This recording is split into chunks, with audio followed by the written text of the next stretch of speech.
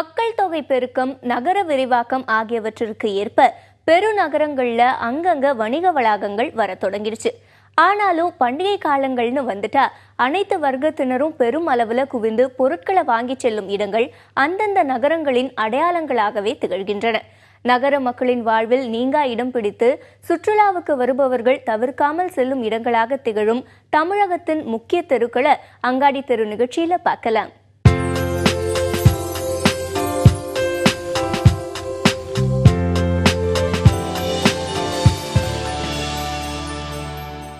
சென்னையின் அடையாளங்கள்ல ஒன்னா உள்ள தியாகராய நகர் ரங்கநாதன் தெருவுல எப்போதுமே மக்கள் கூட்டத்திற்கு குறைவிருக்காது. அதுவும் தீபாவளி போன்ற பண்டிகை நாட்கள்ல இந்த தெருவுல மக்கள் அலையா கூடுறது வழக்கம்.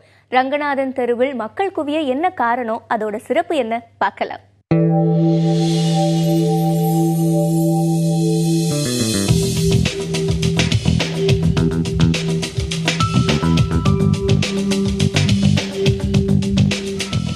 சென்னையை சுற்றி ஏராளமான கடைகள் இருந்தாலும் இன்னைக்கு வரைக்கும் பண்டிகை நாட்கள்னா மக்கள் கூட்டம் கூட்டமாக ஒன்று கூடுறது இந்த தெருவில் தான். ஏன்னா அந்த அளவுக்கு ஒரு பாரம்பரியம் ரங்கநாதன் தெருவுக்கு இருக்கு.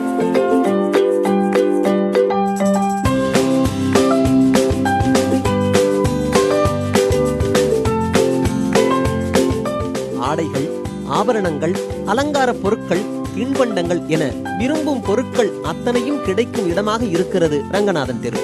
தெருவில் கடைகள் இருக்கும் என்ற நிலையில் இருந்து தெருவே கடைகளாக மாறிவிட்டது இப்போது. இதன் பெருமையை அங்கேயே வாழ்ந்தவர்கள் சொல்லும் போது கேட்கும் நமக்கே ரங்கநாதன் தெருவின் பிரம்மாண்ட வளர்ச்சி பிரமிப்பை ஏற்படுத்துகிறது.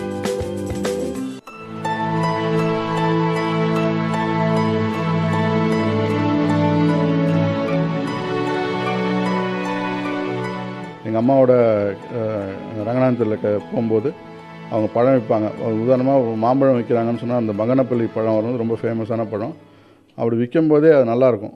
பங்கனப்பள்ளி 2 ரூபா 2 ரூபா, பங்கனப்பள்ளி பங்கனப்பள்ளி 2 ரூபா. இது சொல்கிறதே 2 பேர் சொல்லுவாங்க. ஒருத்தர் பங்கனப்பள்ளின்னுவாங்க, இன்னொருத்தர் 2 ரூபான்னுவாங்க. இந்த குரல் ரொம்ப வருஷமாக உழைச்சிட்டு இருக்கக்கூடிய குரலாக கூட நம்ம பார்க்கலாம் பல காலங்களில். இன்னும் சில விஷயங்கள் மாறி இருக்கான்னு தவிர ரங்கநாதன் தெருவில் இன்னும் பல விஷயங்கள் அப்படியே தான் இருக்குது.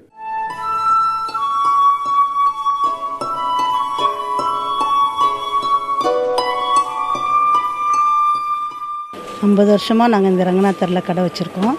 ஆரம்பத்தில் துணி கடை, பாத்திரம் கடை, நிறைய தள்ளு வண்டி கடைங்க இருந்தது. மாம்பழ ஸ்டேஷனில் இறங்குனா அப்படியே வரவங்க அப்படியே வாங்கிட்டு ஷாப்பிங் போவாங்க. நல்லா இருந்தது. அந்த பழைய இது திரும்ப வருமா தெரியல.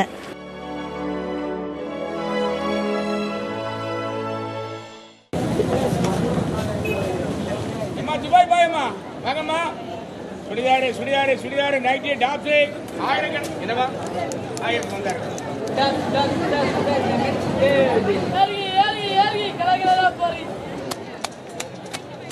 குடும்பத்தோடு பொருட்களை வாங்கி மகிழும் இடமாகவும் பல குடும்பங்களை வாழ வைக்கும் இடமாகவும் 2 முகங்கள் ரங்கநாதன் தெருவுக்கு உண்டு. சூரத், டெல்லி, மும்பை என இந்தியாவின் பல பகுதிகளின் பொருட்களும் இங்கு கிடைப்பது தனிச்சிறப்பு. அதனால்தான் தமிழகத்தின் கடைக்கோடி கிராமத்தில் இருப்பவர்கள் கூட பண்டிகை காலத்தில் ரங்கநாதன் தெருவை நோக்கி படையெடுக்கிறார்கள். நேரத்தில் இங்கே துணி எடுத்துகிட்டு போகிறது என்ன வழக்கம். பார்த்தோம் நிறைய வெரைட்டிஸ் ரொம்ப சீப் ரேட்லையெல்லாம் இருக்குது. ரொம்ப சந்தோஷமாக இருக்குது. எங்கள் ஏரியாவிலலாம் இதை விட 2 பங்கு 3 பங்கு இருக்கும் வேலை. நான் கேரளாவிலேருந்து வரேன். அங்கே கூட இங்கே கொஞ்சம் கம்மியாக கிடைக்குது. ரங்கநாதன் ஸ்ட்ரீட்டில் பர்ச்சேஸ் பண்ணிட்டு எனக்கு ரொம்ப பிடிக்கும். ஏன்னா கேர்ள்ஸ்க்கு தேவையில்ல எல்லா திங்ஸ் ஸ்ட்ரீட் ஸ்டார்டிங்லேருந்து எண்டு போகிறதுக்குள்ள எல்லா திங்ஸ் கிடைக்கும். So I love to purchase Ranganathan street.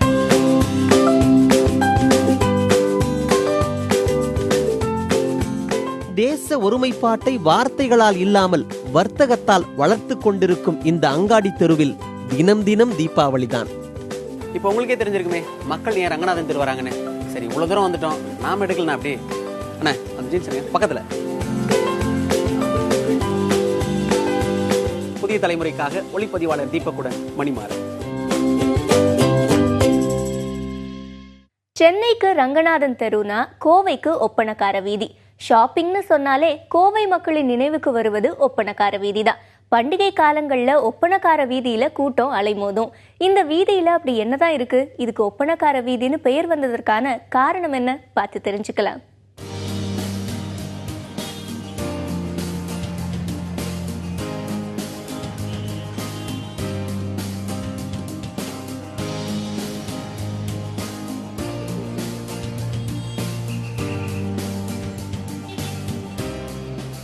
Kovai மக்கள் மட்டுமல்லாது அண்டை மாவட்ட மக்களையும் பண்டிகை காலங்களில் அதிகம் ஈர்ப்பது ஒப்பனக்கார வீதிதான். இதற்கு ஒப்பனக்கார வீதி என பெயர் வந்த காரணம் சுவாரஸ்யமானது. விஜயநகர பேரரசின் படையில் பலிஜா சமூகத்தினர் படைக்கு தேவையான பணத்தை ஓரிடத்திலிருந்து மற்றொரு இடத்திற்கு எடுத்துச் சென்று ஒப்படைக்கும் பணியில் ஈடுபட்டிருந்தனர். பணத்தை ஒப்படைக்கும் பலிஜா சமூகத்தினர் குடியேறிய பகுதி என்பதால் இந்த வீதிக்கு ஒப்பனக்காரன் என்ற பெயர் வந்துள்ளது. பலிஜா மக்களால் பெயர் பெற்ற இந்த ஒப்பனக்காரன் வீதி இன்று பலவிதமான பொருள்கள் குறைந்த விலையில் கிடைக்கும் இடமாக மாறியுள்ளது. கடந்த 22 வருஷமாக இங்கே வந்து போயிட்டுருக்குறோம் பொருட்கள் வாங்குறதுக்கு. இங்கே வந்து எல்லா தர மக்களும் வந்து அவங்க வசதிக்கேற்ப எல்லாருமே வாங்கக்கூடிய எல்லா பொருட்களும் வாங்கக்கூடிய அளவுக்கு வசதி இருக்கிறதுனால நாங்கள் டவுன் ஹால் தேடி வந்துட்டுருக்குறோம். மொத்தம் 7 நம்பர்ஸ் வந்திருக்கோம். சுடிதார் லாங் சுடிலாம் நல்லா இருந்தது. அது இங்கே நல்லா இருக்குன்னு சொன்னாங்க, அதுக்காக இங்கே வந்து பார்த்தோம். பணக்கார வீதியில் வந்து நம்ம வந்து துணி எடுக்க வந்தோம். இவனுக்காக துணி எடுக்க வந்தேன். ஒரு 4 கடையை பார்த்தேன். உண்மையிலே வந்து இங்கே நல்லா கலெக்ஷன்ஸ் நல்லா இருக்குது. வெளியே இருக்கிறத விட, அதாவது காந்திபுரம் நம்ம வெளியே எங்கே போனாலும் அதை விட இங்கே சூப்பராக இருக்குது. நாங்கள் 10-30 வருஷமாகவே அதில் எடுத்துகிட்டு தான் இருக்கிறோம். உப்புக்கார லைனில், ஒப்பனக்கார வீதியில் இதெல்லாம் நல்லா பரவாயில்லைங்க. பல மாடி வர்த்தக வளாகங்கள் தொடங்கி சாலையோர கடைகள் என எங்கெங்கு காணினும் மக்கள் கூட்டம் கூட்டமாக வந்து பண்டிகை கால பொருள்களை வாங்கிச் செல்வதில் ஆர்வம் காட்டி வருகிறார்கள். பேசிக்லேருந்து ஹை லெவல் வரை நமக்கு என்னென்ன திங்ஸ் வேணுமோ எல்லாமே பர்ச்சேஸ் பண்ணுறதுக்காக வந்துட்டு இருக்கோம். சின்ன பொருட்கள் அது மட்டும் இல்லாமல் சீப் அண்ட் ரேட்டாக கிடைக்கிறது வந்து ஒப்பனக்கார வீதியில் எல்லாமே சீப் அண்ட் ரேட்டாக கிடைக்கும். நமக்கு கிட்ஸ் முதல் கொண்டு பெரியவங்க வரைக்கும் எல்லாமே ஒரே இடத்துல வாங்கணும்னா ஒப்பனக்கார வீதிக்கு வரலாம். விலையும் கொஞ்சம் அப்படியே கொஞ்சம் முன்ன பின்னா இருந்தாலும் நாம் சூஸ் பண்ணி எடுக்கிற அளவுக்கு ஒரு கடை இல்லைன்னா ஒரு கடையை நம்ம பார்த்து எடுத்துக்கலாம். நம்ம ஊர்லேயே நம்ம எடுக்கிறது இருந்தால் ஒரு கடை 2 கடை இருக்குது. ஆனால் நம்ம இங்கே ஒப்பனக்கார வீதிக்கு வந்தால் எவ்வளவோ வெரைட்டிஸ் இருக்குது, எவ்வளவோ பெரிய பெரிய கடைகள்லாம் இருக்குது. கோயம்புத்தூரை சுற்றி எல்லா இடத்துலையுமே மார்க்கெட் உருவானாலும் கடைவீதி வந்து உங்களுக்கு மார்க்கெட்டில் எல்லா பொருளுமே கிடச்சிடும். குண்டூசிலேருந்து தங்கன வரைக்கும் ரொம்ப ஈஸியாக கிடச்சிடும். அதனாலேயே மக்கள் வந்து நம்ம ஏரியாவை தேடி வர்றாங்க. அது மாதிரி சர்வீஸும் இருக்கும். ஏரியாவில் வந்து விலை குறைவாக இருக்கும். மற்ற எல்லா இடங்களை விட நீங்கள் மற்ற இடங்களில் இருக்கிற மார்க்கெட்டை விட இங்கே ரொம்ப ரீசனபிளாக இருக்கும். கஸ்டமர் எதிர்பார்க்கிற மாடல் உடனே மற்ற மாநிலங்களில் கிடைக்கக்கூடிய மாடல்களை உடனுக்குடனே இங்கே தருவிச்சிருவோம். அப்போ அதை எதிர்பார்த்தும் நிறைய மக்கள் வருவாங்க. குறைந்த விலையில் தரமான பொருள்கள் கிடைக்கும் இடம் என்று விரும்பி வருவோரால் கோவை ஒப்பனக்கார வீதி பண்டிகை காலத்தில் மேலும் களை கட்டியிருக்கிறது.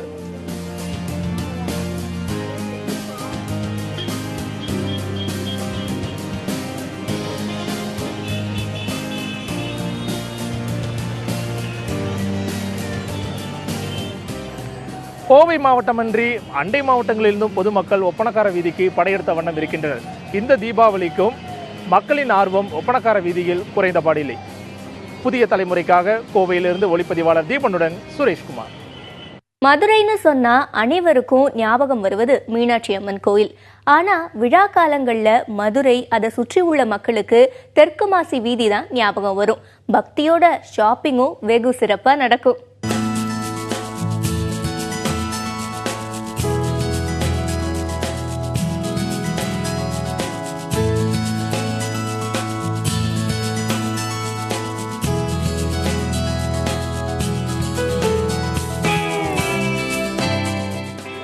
மீனாட்சியம்மன் கோவிலை மையமாக வைத்து திசைகளாலும் தமிழ் மாதங்களின் பெயர்களாலும் தூங்கா நகரமான மதுரையை முன்னோர்கள் உருவாக்கியுள்ளனர்.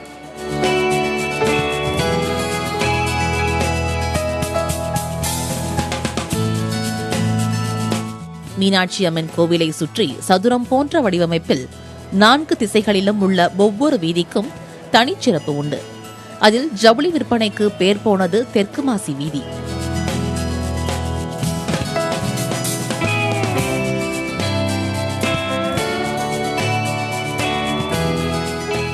மனதை கவரும் புதிய ரக ஆடைகள் ஆண்டு முழுவதுமே மக்கள் கூட்டத்தை ஈர்க்கின்றன.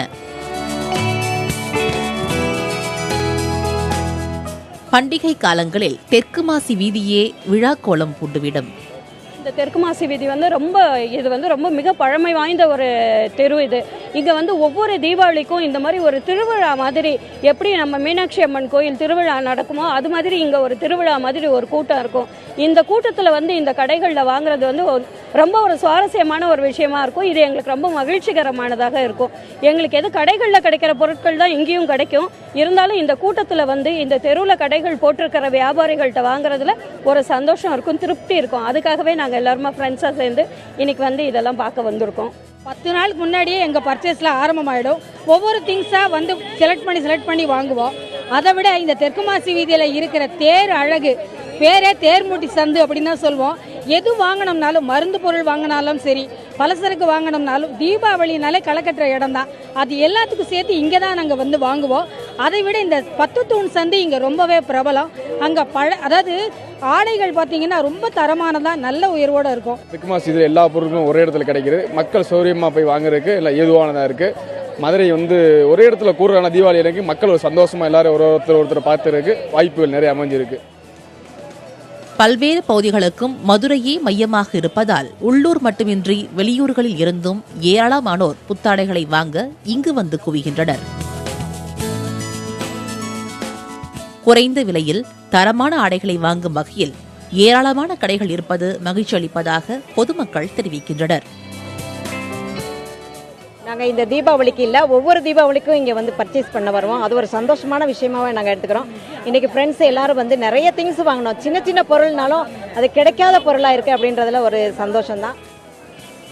குழந்தைகள் முதல் பெரியவர்கள் வரை நாள்தோறும் ஆயிரக்கணக்கானோர் தெற்கு மாசி வீதியில் குவிவதால் ஒவ்வொரு நாளும் இப்பகுதி திருவிழா கோலம் பூண்டு காட்சியளிக்கின்றது.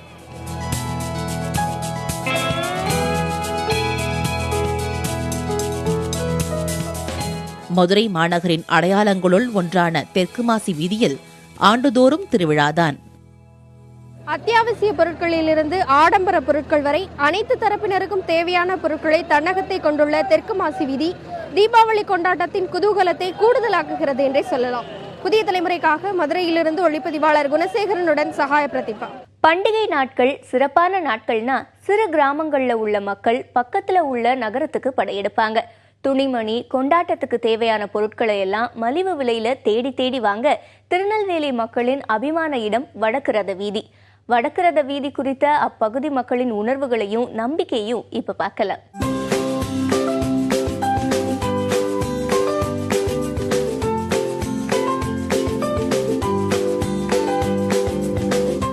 வடக்கு ரத வீதி எந்நேரமும் பொருட்களை வாங்க மக்கள் கூட்டம் அலைமோதும் பகுதி. குழந்தைகள் முதல் பெரியவர் வரை தங்களுக்கு தேவையான எந்த பொருளையும் இங்கு வாங்கலாம். பழமையான நெல்லையப்பர் காந்திமதி ஆலயத்தை சுற்றி அமைந்திருக்கும் வீதிகளில் ஒன்றான இந்த வடக்கு ரத வீதியில் நம்பிக்கையின் அடிப்படையில் பொருட்களை வாங்குவதாக கூறுகிறார் அப்பகுதியைச் சேர்ந்த வள்ளிநாயகம். மக்கள் கோவிலுக்கு வந்துட்டு இந்த பகுதியில் துணி எடுக்கிறதையும் பர்ச்சேஸ் பண்ணுறதையும் ஒரு சென்டிமெண்ட்டாகவும் அவங்க நினைக்கிறாங்க. பொதுவாக வடக்கு திசையை குபேர திசைன்னு சொல்லுவாங்க. அதுவும் இவங்களுக்கு ஒரு நல்ல வசதியாக இருக்கிறது. திருமணமாகி வெளியூர் சென்றாலும் பண்டிகை காலங்களில் தங்களுக்கு தேவையான அனைத்து பொருட்களையும் வாங்க நெல்லை வடக்கு ரத வீதிக்கு வருவதை மறப்பதில்லை என்று கூறுகின்றனர் நெல்லையை தாய் வீடாக கொண்ட பெண்கள். வடக்கு ரத வீதியை பொறுத்தளவுக்கு வந்து பார்த்தீங்கன்னா எல்லா மக்களுமே அப்போ இருந்து இப்போ வரைக்கும் எனக்கு தெரிஞ்சு எங்கள் தாத்தா பூட்டின் காலத்துல இருந்து நாங்கள் பார்த்துட்டு இருக்கோம். இந்த வடக்கு ரத வீதியில் தான் நாங்கள் பர்ச்சேஸ் பண்ணிட்டு இருக்கோம். எந்த ஒரு பொருளாக இருந்தாலும் சரி, என்னதான் நம்ம வீட்டுக்கிட்ட எவ்வளோதான் ஷாப்பிங் இருந்தாலும் திருநெல்வேலி அப்படின்னு சொன்னால் டவுனுக்கு வந்து இந்த நெல்லையப்பர் காந்திமதி அம்பாள் வடக்கு ரத வீதியில் பர்ச்சேஸ் பண்ணாலே ஒரு சந்தோஷம், எங்களுக்கு ஒரு தனி சந்தோஷம். நாங்கள் மட்டும் இல்லை, எங்கள் குழந்தைங்க, எங்கள் தாத்தா பாட்டி எல்லாருமே எங்களுக்கு பழக்கப்படுத்தின ஒரு விஷயம் இந்த வடக்கு ரத வீதி தான். எந்த ஊரில் இருந்தாலும் நம்ம திருநெல்வேலியில் வந்து தான் ஜவுளி எடுத்தால் ராசியாக இருக்கும். இந்த வடக்கு ரதவியில் உள்ள கடைகளில் நம்ம எடுக்கலாம். நகையும் இங்கே நிறைய கடை, நகை கடை இருக்கு. நம்பிக்கை, நாணயம், நல்ல பொருள் எல்லாம் கிடைக்கும். மக்களின் இந்த ஆதரவால் வடக்கு ரத வீதியை நம்பி வணிகம் செய்பவர்கள் தொடர்ச்சியாக தொழிலில் நல்ல வளர்ச்சியை கண்டு வருவதாகவே கூறுகின்றனர் வியாபாரிகள். மேலும் வெளி மாநிலங்களில் இருந்து வந்து விற்பனை செய்பவர்களும் செழிப்படைவதாக மகிழ்ச்சி தெரிவிக்கின்றனர். நல்ல வணிக பெருமக்கள் எல்லாருமே நம்முடைய 3 மாவட்டத்தில் இருந்து கூட அங்கே வந்து சரக்கு எடுக்காங்க. இந்த வியாபாரம் பண்ணக்கூடிய வெளி மாநிலத்தில் இருந்து வரவங்க கூட இந்த பண்டிகை காலங்களில் ஒட்டி அந்த வடக்கு ரத வீதியை தேர்ந்தெடுத்து அங்கேயே நிறைய போடுறாங்க. வார பாதையெல்லாம் போட்டாலும் வடக்கு ரத வீதியில் போட்டால் அவனுக்கு கொஞ்சம் வியாபாரம் இருக்கும் அப்படின்னு ஒரு தெரிஞ்சு இருக்குது. அந்த அளவுக்கு இது பாரம்பரியம் என்பது நம்முடைய இந்த வணிக வளாகத்தை வச்சு நம்ம சொல்லலாம். வழக்கமாகவே பரபரப்புடன் காணப்படும் நெல்லை வடக்கு ரத வீதி தீபாவளி பண்டிகை என்றால் இரட்டிப்பு களை கட்டுவது வழக்கம். இந்த ஆண்டும் அதற்கு விதிவிலக்கல்ல. புதிய ரக ஆடைகள், பட்டாசுகள் மற்றும் அழகு சாதனங்களை வாங்க கூட்டம் அலைமோதுகிறது. வாழ்ந்திருந்த முன்னோர்களின் வாழ்வியல் நடைமுறைகளையும் வாழும் மக்களின் மகிழ்ச்சியான தருணங்களையும் அடையாளங்களாய் அலங்கரித்து நிற்கிறது பாரம்பரியமிக்க இந்த வடக்கரதை வீதி. புதிய தலைமுறைக்காக ஒளிப்பதிவாளர் சங்கருடன் நெல்லையிலிருந்து நாகராஜன். அன்னார்ந்து பார்க்க வைக்கும் திருச்சி உச்சி பிள்ளையார் கோவில் போலவே அதன் அருகில் இருக்கும் NSP சாலை பண்டிகை காலங்கள்ல தலை தூக்கி இருக்கு. திருச்சி மாநகர மக்களின் மனதுல இந்த சாலை முக்கிய இடம் வகிக்குது. பண்டிகை காலங்கள்ல NSP சாலை மக்களின் வாழ்வுல எந்த அளவுக்கு பின்னி பிணைந்திருக்கு, இதோ உங்க பார்வைக்கு.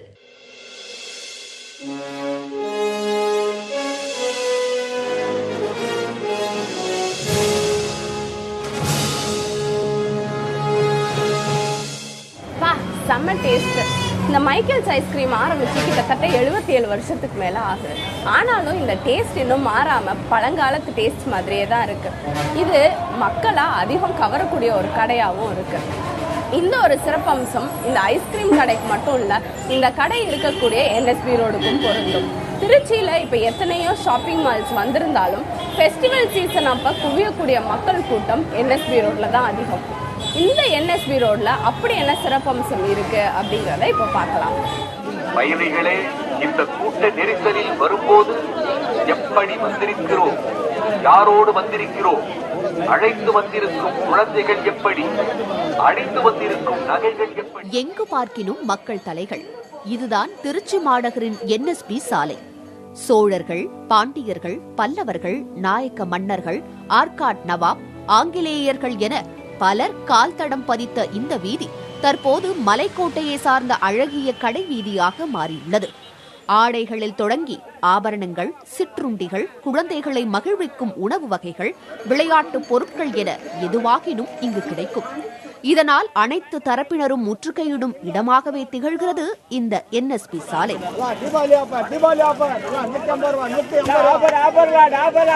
இங்க இருக்கிற கலெக்ஷன் மாதிரி எங்கேயும் இருக்காது, அதான் மெயின். ஸோ டிஷர்ட், ஜீன்ஸ் எல்லாம் வந்து இந்த லைன் தான் நல்லாயிருக்கும். எல்லாமே சாரீஸ்ன்னு பார்த்தீங்கன்னா பொதுவாக ஒரு பெரிய கடைனாவே இந்த லைன் தான் மெயின். இந்த கடை லைன் தான் நம்ம அப்போலேருந்தே அம்மா காலத்துலேருந்து இங்கிட்ட தான் வாங்கிட்டு இருக்கு. அதனால் அம்மாவோட சாய்ஸ்லேயே இங்கிட்ட எல்லாம் இது பண்ணுறது. ஸோ அதனால இங்கிட்ட தான் 10 ரூபா 10 ரூபா 30 பின்னோங்களா 10 ரூபா, சிலருக்கு 30 பின்னு 10 ரூபா, 10 ரூபா 30 பின்னோங்களா 10 ரூபா, 10 ரூபா 30 பின்னு 10 ரூபா. திருச்சியின் அடையாளமாக விளங்கும் மலைக்கோட்டைக்கு அருகாமையில் இருக்கும் இந்த NSP சாலை சுமார் 40 வருடங்களுக்கு முன் குடியிருப்பு பகுதியாகவே இருந்ததாகவும் பிறகு படிப்படியாக வணிக பகுதியாக வளர்ச்சி அடைந்ததாகவும் தெரிவிக்கின்றனர் வியாபாரிகள். இப்படி கால ஓட்டத்தில் வியாபார மையமாக மாறிய இந்த சாலை மக்களின் ஒருமித்த ஆதரவால் வணிகர்களையும் மகிழ்வித்து வருகிறது.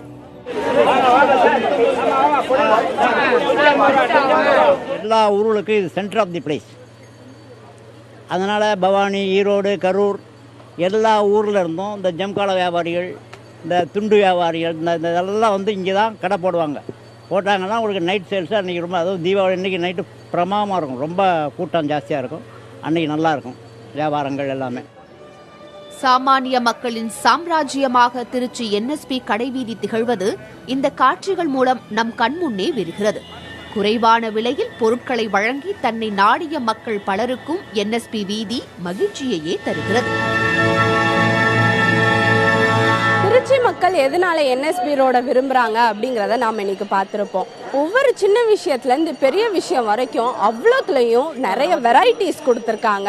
அதனால இங்கே இருக்கக்கூடிய இந்த இடப்பகுதி ஃபுல்லாகவே ஒரு திருவிழா கோலம் பூண்ட மாதிரி இருக்கு அப்படின்னே சொல்லலாம். திருச்சி மக்கள் அவங்களுடைய தீபாவளி ஷாப்பிங்கை முடிச்சிட்டாங்க, நாம பார்க்க வேண்டாமா? அதனால நானும் இப்போ தீபாவளி ஷாப்பிங்க்கு போகிறேன். புதிய தலைமுறைக்காக ஒளிப்பதிவாளர் பாலாஜி மற்றும் சசிகுமாருடன் அக்ஷயா. சென்னை, திருச்சி, கோவை, மதுரை, நெல்லை ஆகிய பெருநகரங்களின் அடையாளங்களான வணிக வீதிகளை பார்த்தோம். கையில் கொண்டு சென்ற பணம் குறைந்தாலும் மனம் நிறைவதால மக்கள் எந்த ஒரு கொண்டாட்டத்துக்கும் இந்த அங்காடி தெருக்களை தான் நாடுறாங்க. கொடுப்பவருக்கும் வாங்குபவருக்கும் இந்த அங்காடி தெருக்கள் எப்போதுமே மகிழ்ச்சியை அள்ளித்தருது.